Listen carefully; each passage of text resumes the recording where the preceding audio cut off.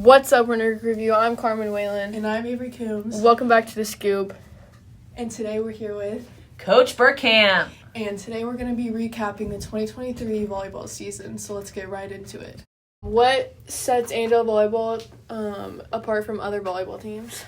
Yeah, so I would say one of the biggest things that Annandale Volleyball, when you think about it, is the work ethic of our players, of our coaches, our managers.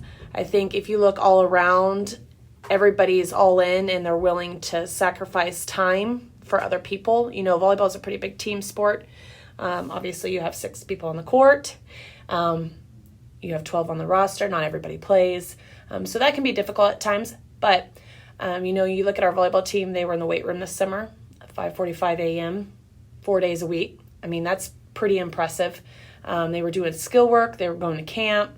They were going to tournaments. And then, they rolled right into season. And so I think they're very committed. I appreciate that our kids and our volleyball athletes see the work that us coaches put in, and they do the same. So I think, overall, we're willing to do a lot more than other teams, and I think that's what makes us successful. 100%. Okay, next question is in your opinion, what was the most memorable play from the state matches? Yeah, so I would definitely say it's the Clearwater match, obviously, just because, we had lost two close matches during the year in league play. And I think they thought they were probably just going to come in and just walk all over us. But, we scouted a lot of different film. We adjusted some things in our game plan. But the biggest thing, I'd say it was 25-24.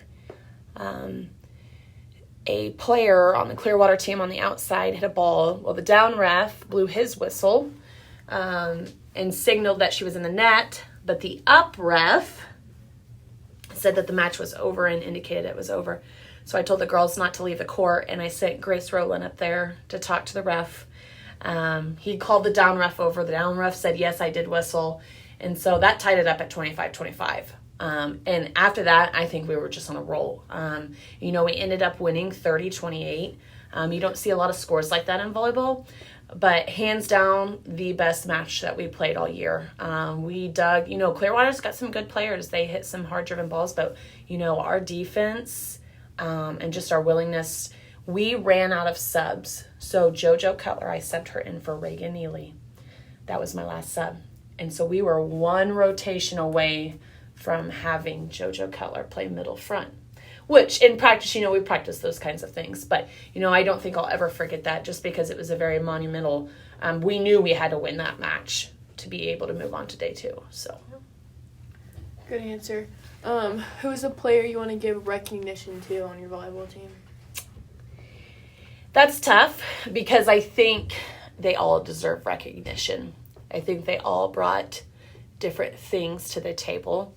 I do think somebody like Kaylie Haynes needs to be brought up because she's a kid who was a senior who showed up all year.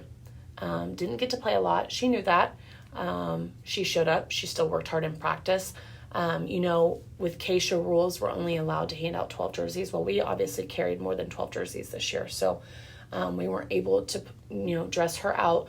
The things that she did, most high schoolers and most adults wouldn't be able to do. It was just a very mature manner how she handled it, and she was willing to sacrifice that for her teammates. Obviously, our seniors, they did a great job.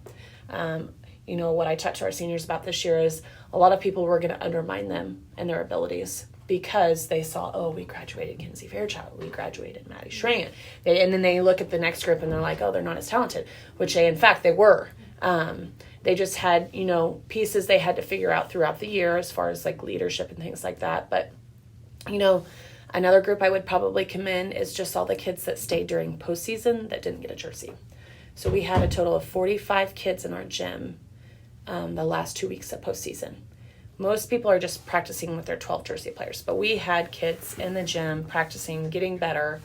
45 kids, that's pretty impressive. And so you don't see that everywhere. And they were all in. So definitely kudos to them. All right, and then your last question is, what are you taking away from this year's season to improve the success of next year's team? Yeah, so I think we definitely got way better this year, especially with our freshmen through our juniors. The biggest thing that I think I'm going to probably take away from this season is that we got to continue to focus on leadership. I think leadership can make or break a team and a program. And I think it can also make or break a culture in a program. And so I think we'll really focus on that with seniors, juniors, sophomores, freshmen. I'm always looking for the next theme of what I'm going to do during the volleyball season. That usually takes me about 6, 7, 8 months to come up with some different things. I try to pull things like, okay, what did we need this year to build upon the next theme for the next year? And so that was kind of our brick theme this year, is like, people are going to say you're going to be a rebuilder.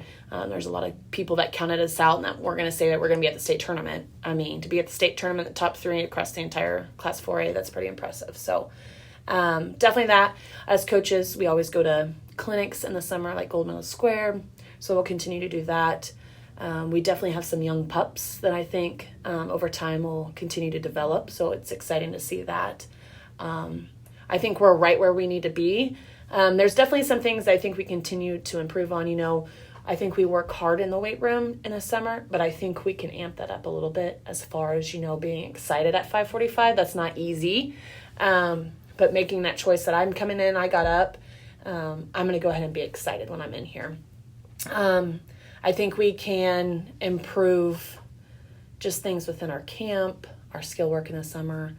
It flies by once season starts. And so it'll be interesting to see, what these girls continue to do in the winter and spring and into the summer. But I think I'm always looking for different things to implement and improve. But I'd say the biggest one is probably leadership moving forward, and just making sure those younger kids know it's okay to lead too. And it doesn't just have to be a senior in our gym. So that's what I say. And that's a wrap on the 2023 volleyball recap with Miss Bergkamp. Thank you guys for listening, and we'll be back, so make sure you're paying attention.